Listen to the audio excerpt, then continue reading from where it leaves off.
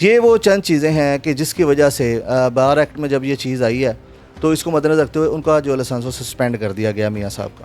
اچھا سر مجھے بتائیں کہ ہم نے یہ بھی دیکھا ہے سوشل میڈیا پہ بھی آیا ہے کہ جس طرح رجب بٹ پر ایک تشدد کیا گیا ہے چند وکلاء کی طرف سے, سارے وکلاء ایک جیسے نہیں ہے, چند وکلاء کی طرف سے, یہ ایک ان کا پرسنل میٹر تھا.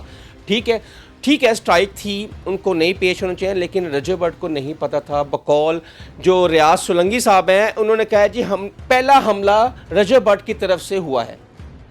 وہ ویڈیو تو سامنے نہیں آئی. وہ ویڈیو سامنے آئی جب رجب بٹ کو ایک چند وکلاء تشدد کر رہے ہیں اور اس کے اگینسٹ ایف آئی آر درج ہوئی, اور پھر وکلاء کہتے ہیں کہ ہمارے اوپر کیوں ایف آئی آر درج ہوئی. کیا وکلاء قانون سے بالا تر ہیں؟ جی بالکل, آپ نے بڑا اچھا سوال کیا. جیسے میں نے انٹرویو کے شروع میں آپ کو بتایا کہ جو کراچی بار کے وکلاء ہیں ان کی طرف سے یہ موقف اختیار کیا گیا ہے کہ جب یہ معاملہ ہوا اس سے پہلے ان کے ساتھ کوئی باڈی گارڈ وغیرہ بھی تھے اور بندے بھی تھے, تو ان کی پہلے کوئی باہر بحث ہوئی ہے اکارڈنگ ٹو دیٹ اوپینین وچ وہی ریاض سولنگی صاحب, ہاں جی, جو وہاں سے موصول ہوا ہے. ہمیں کہتے ہیں اس کی کوئی ویڈیو نہیں بنی تھی, لیکن جب ہم نے ریئیکشن کیا اس کی ایک ویڈیو منظر عام پہ آ گئی. اور دیکھیں کیونکہ آپ اور میں دونوں وہاں پہ موجود نہیں تھے, موقف دونوں کا سننا چاہیے. رہی ایف آئی آر ہونے یا نہ ہونے کی بات, تو ایسی سینکڑوں میں آپ کو اگزامپل دے سکتا ہوں. آپ مجھے ٹائم دیں تھوڑا سا کہ وکلاء پہ بڑی ایف آئی آرز ہوتی ہیں, ان کو بالکل ڈیل کیا جاتا ہے. ہماری ڈسپلنری کمیٹی وکلاء ایس ایچ او پہ تشدد تو نہیں کرتے, وکلاء وہاں سٹی کورٹ تھانے میں جا کر ہلا گلا تو نہیں فرماتے کہ اب ایف آئی آر کے اوپر ایف آئی آر درج نہیں ہو سکتی. اب وہ زور لگا رہے ہیں کہ ہماری بھی ایف آئی آر درج کروائیں. اب ایک قانون آپ ہاتھوں میں لے رہے ہیں, ایک ایس ایچ او پہ آپ تشدد کر رہے ہیں. کیا سر یہ کالا کوڈ سر یہ تو نہیں کہتا کہ آپ قانون سے بالا تر ہو کر یہ کام کریں؟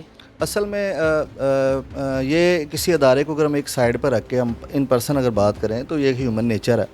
آپ میڈیکل سائنس جو میڈیکل جورسپروڈنس ہے اس کو بھی اگر آپ اسٹڈی کرتے ہیں, آپ تھوڑا سا کسی ڈاکٹر سے بھی اگر پوچھیں جو سائیکولوجیکل کا کوئی ماہر ہوگا, تو دیکھیے اگریشن ہمیشہ آتا ہے. نیوٹن کا قانون بھی پتہ ہے نا, عمل کا ایک رد عمل ہوتا ہے. تو اس میں دیکھیں اس میں پولیس کی بات نہیں ہے. اسی طرح اگر ہم یہ کہیں نا پولیس پہ فلانے وکیل نے تشدد کیا, تو اس طرح آپ نے بے بہا ایسی ویڈیو دیکھی ہوں گی اس میں پولیس میں نے کئی دفعہ تشدد کیا روڈ پہ, صحافیوں پہ بھی کیا, وکلاء پہ بھی کیا, عام بندے بھی کیا. اس طرح کئی دفعہ آپ نے دیکھا کہ عام بندوں نے صحافیوں نے بھی حملہ کر دیا, کئی دفعہ پولیس پہ, کئی دفعہ وکیل لڑ پڑے. یہ تو جہاں پہ اسٹیٹ ہوتی ہے وہاں پہ جب مختلف معاملات ہوتے ہیں تو اس طرح کی چیزیں چلتی رہتی ہیں. ہمارا جو مین ایشو یہ ہے کہ ہم جو وکلاء ہیں ہم آئین کے, ہم قانون کے پاسدار ہیں. ایک ویڈیو دیکھی اس میں میں نے نا والدہ کو روتا دیکھا, تو وہ جب میں نے وہ ویڈیو دیکھی تو مجھے یاد آیا کہ باپ سراں دے تاج محمد تے ماما ٹھنڈیاں چھاواں ہو. تو وہ کہتے ہیں کہ ماما باج محمد بخشا کون کرے رکھوالی. میرا تو نام ہی اویس ہے, میری والدہ نے اویس کرنی رضی اللہ عنہ کی نسبت سے رکھا ہے. میں تو اپنی ماں کی طرح سب ماؤں کی عزت کرتا ہوں. میرے لیے بھی ایک ہی چیز ہے اس کی, وہ ماں کے آنسو جو میں نے موبائل پہ دیکھے تھے.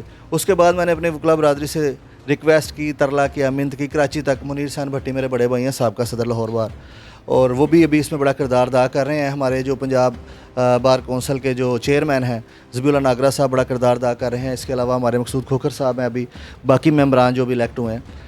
ہماری جو فرسٹ کوشش ہے, دیکھیں رجب پہ جو کیسز چل رہے ہیں اس کی انویسٹیگیشن اداروں نے کرنی ہے, اور اس کا فیصلہ کورٹس نے کرنا ہے. مجھے یہ بھی پتہ چلا, میں نے ویڈیوز دیکھی کہ رجب نے اس بات کی قسم کھا کے کہا کہ جی میں نے گستاخی نہیں کی. مجھے پتہ نہیں چلا کیونکہ میں اتنا پڑھا لکھا نہیں ہوں, میں نے پتہ نہیں کیا کہا اور وہ کیا بن گیا.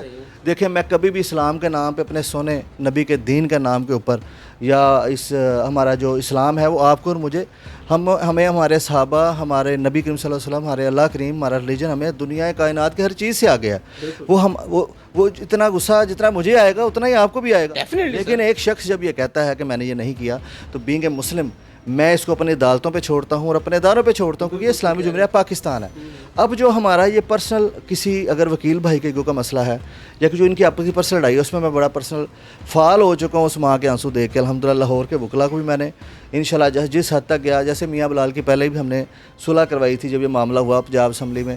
اسپیکر پنجاب اسمبلی ملک احمد حسن صاحب تھے, اور ان کے برخوردار ہیں جو تیمور وہ تھے, صدر منیر حسین بھٹی, مقصود کھوکھر صاحب اور میں تھا. میں نے بڑا کردار ادا کیا, ان کو بٹھایا ہم نے اسپیکر ہاؤس میں, ان کی صلح کروا دی. اب یہ جو میٹر چل رہا ہے, ہمارے کراچی بار کے بڑے دلیر صدر ہیں امن نواز وڑائے صاحب, اگر آپ کی کوئی ملاقات ہوئی ہے تو بڑے دبنگ آدمی ہیں اور بڑے امن پسند بھی ہیں, میرٹ پہ کھڑے ہو جاتے ہیں. جیسے لاہور بار میں منیر بھٹی صاحب بڑے دبنگ پریزیڈنٹ تھے, تو سب پہلے ہم سارے وکیلی پریزیڈنٹ تھے.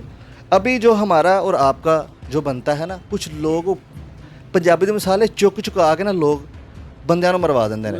ہم نے ایسا نہیں ہونے دینا. ہم نے رجب کی آپ پر تیل چھڑک رہے ہیں سر ہر بندہ وہ کہتے ہیں وائرل ہونے کے لیے کر رہا ہے. ویوز کے لیے سب کچھ کر رہے ہیں. کیا وکلا نے بھی چند وکلا نے بھی ویوز کے لیے مشہور ہونے کے لیے وہ ویڈیو بنا رہے ہیں, رجب بٹ کے ساتھ ساتھ جا رہے ہیں کہ اسی کتنے مشہور ہو جائیے. یہ سارا مشہوری اور ویوز کا چکر تھا. بگ باس ابھی جتنے بھی سب میں نے ٹک ٹاک پہ لائرز وائرل ہیں سارے وہ میرے چھوٹے بھائیوں کی طرح ہیں. میں ان سے سینئر ہوں, میرے بھائی ہیں وہ.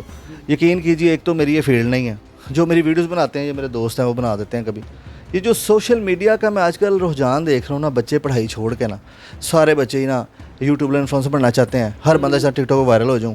اچھا جو ہمارے ہیرو ہونے چاہیے تھے, ڈاکٹر قدیر جنہوں نے ایٹم بم بنایا ہیں, طارق بن زیاد ہیں, یہ جو ہمارے عزیز بھٹی تھے, جو ہمارے سپہ سالار تھے, جو جنہوں نے سب سے بڑی ہستی نبی کریم صلی اللہ علیہ وسلم سے آگے تو بعد ہی ختم ہو جائے. اچھا ہم نے کیا کیا, ہم نے جو ہمارے ریئل ہیرو ہیں نا ان کو چھوڑ کے نا ہم نے کیا پکڑ لیا جی میرے ویو کنے آئے نے تو میں وائرل کدوں ہونا تو میرے کلائنٹ میرے کدوں فالوور کنے ودنے نے. خدا شارٹ کٹ آپ نے اور میں نے ایک رجائم کو دوسرے میں چینج ہوتا دیکھا. 90 سے لے کے 85 سے 80 سے لے کے 95 تک کی جو پیدائش ہے نا, ہم نے ایک دور کو دوسرے دور میں جاتے ہوتے دیکھا ہے. ہم نے ہر چیز دیکھی ہے, ہم نے لال ٹینیں بھی دیکھی ہیں, ہم نے لاٹو بھی چلائے ہیں, ہم نے ایک زندگی. اچھا وہ جو دور تھا نا, ہم وہ تلاش کرنے کے لیے پہاڑوں کی سیر کرنے نکل جاتے ہیں. ہم گاؤں میں جاتے ہیں یار سکون پیس آف مائنڈ چاہیے. اب وہ پیس آف مائنڈ نہیں رہا. اب ہم تجدیدی کے چلے گئے, ہمیں ماں باپ کی عزت کرنا, ہمیں بڑوں کا احترام بھول گیا. لیکن آپ میں اور میرے میں آج بھی وہ والا کیڑا ہے کہ ہم نے اس کی ماں کو روتے دیکھا ہے. میرا رب جانتا ہے کہ میں آپ کو بتا نہیں سکتا دل کتنے ٹکڑے ہوئے. پھر میں وکیلوں کو سلام پیش کرتا ہوں جن کو میں نے جا کے یہ کیس رکھا کہ یار انہوں چھڑ دیو جو بھی رجب بٹ نے کیتا. تہاڈی انہیں جو گل کی چلو اتنے لڑائی ہو گئی, پر یار ابھی بات ایک ہی ہے کہ یہ والدہ رو رہی ہے, اس کا ایک بیٹا ہے. اپنی جو ایگو کی لڑائی ہے نا, انشاءاللہ تعالی ہمیں رجب سے کوئی معاملہ نہیں ہے. ہم سب وکلا کے پاس جائیں گے.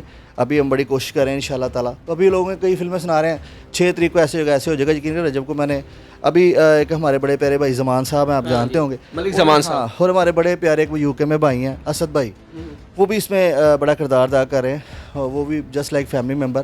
اور ابھی انشاءاللہ تعالی آپ دیکھیے گا کوئی ایسا معاملہ نہیں ہوگا. باقی جو اس پہ کیسز ہیں, جو پاکستانی عوام کو اگریشن ہے, جو کچھ لوگوں نے کام اٹھایا ہوا ہے کہ کوئی کہہ رہا ہے یار نہیں اس نے غلطی نہیں, وہ معافی مانگ رہا ہے, کوئی کہہ رہا ہے اس نے ایسے کر دیا, وہ عدالتیں اور ادارے دیکھیں گے. جو یہ والے معاملات ہیں وہ انشاءاللہ آپ جیسے پیارے پیارے صحافی جو پازیٹیو بندے ہیں, میں نے آپ کی پہلے بھی دیکھی 2-4, اب میں صبح سے انٹرویو دے رہا ہوں, کل بھی میرے کافی انٹرویو ہوئے. یہ میرا وہ والا دور پھر واپس آ گیا جب عائشہ والا کیس تھا اور میں لائر تھا. تو یقین جانیے کہ صحافی بھائی وہ اکثر مجھے کہتے تھے یار وہ پیڈ انٹرویو ہوتے ہیں. میں کہتا تھا یار مجھے پیڈ کرنے پتا, سارے آؤ انٹرویو کر لو. ابھی بھی انشاءاللہ تعالی جب آپ اللہ کے بنائے بندوں کو میں کچھ کسی نیک کام کے لیے نکلتے ہیں تو آپ جیسے بھائی بھی ساتھ ہوتے ہیں. اچھا سر 6 تاریخ کو اب وہ جو تھا کہ اب رجب بٹ پیش ہونا ہے سیشن کورٹ میں, ڈیفینیٹلی جو اس پر ایلیگیشن ہے گیمبلنگ ایپس کی پروموشنز کا NCCA کی طرف سے, اب کوئی ایسا قدم تو نہیں دیکھیں گے جو کہ کراچی سٹی کورٹ میں ہوا, ایسا کوئی جو حملہ لاہور سیشن کورٹ میں نہ ہو؟ سر ہم بھرپور کوشش کر رہے ہیں. وہ ادھر بھی میاں بلال والا ہی میٹر چل رہا تھا, وہ تو اس نے بھی کوئی اس طرح کا کام نہیں کرنا. یہ لوگ جو بھی کہانیاں سنا رہے ہیں, میں ان کا بڑا ہوں, یہ سارے جو چھوٹے بھائی ہیں, اور اس طرح میرے بڑے وکیل جو سینئر ہیں وہ بڑے ہیں. تو اس طرح کا کسی قسم کا جو ہے نا کوئی ایسا معاملہ نہیں ہے انشاءاللہ تعالی. کراچی میں بھی ایسا نہیں ہونا تھا. معاملہ صرف یہ تھے کہ دیٹ ٹائم یہ کام بہت گرم تھا. اس میں جیسا کہ ان کا موقف ہے, عامر نواز وڈائی صاحب جو ان کے وہاں صدر ہیں, ان کو بھی یہی موقف وکلا کی طرف پیش کیا گیا. ہمارے لاہور میں بھی پورے پاکستان میں یہی میسج آیا کہ ہماری ویڈیو بنی ہے, ان کی ویڈیو نہیں بنی, لیکن ہماری ہو گئی, ان کی ہوگی, ہماری ہوگی. ہمیں یہ مسئلے سے باہر نکلنا پڑے گا کیونکہ ہمیں قوم بن کے چلیں گے. رجب بٹ اپنی ماں کا اکلوتا بیٹا ہے, وہ اپنا انجوائے کرے. اور آپ کے ویڈیو کے توسط سے میں سمجھتا ہوں آپ کا بڑا اچھا ریلیشن ہے, کیونکہ آپ کی والدہ سے آپ نے بتایا کہ بات ہوتی ہے. تو میں ایک پیغام دینا چاہتا ہوں ماں جی کو کہ جو والدہ کی کوک ہوتی ہے نا, وہ بچے کے لیے پہلی درس کا ہوتی ہے. تو بگ باس میں یہ چاہتا ہوں کہ وہ جو والدہ ہیں وہ رجب کو بٹھائیں اور سمجھائیں کہ بیٹا جب آپ گفتگو کرتے ہو نا تو اپنی زبان اور اپنے الفاظ کو اپنے اختیار میں رکھو. لفظ جو زبان سے نکل جایا کرتے ہیں وہ انسان کو زمین سے آسمان اور آسمان سے زمین اور تختہ دار پہ لٹکا دیتے ہیں. آپ اپنی عزت کے اپنے تحریم کے خود ذمہ دار ہیں. اور میں یہ امید کرتا ہوں کہ اللہ تعالیٰ اس ملک میں امن قائم کرے, اور ہم امن کے لیے کوشش کر رہے ہیں. اپنی ماں جی کے آنسوں کو ہم دوبارہ نہیں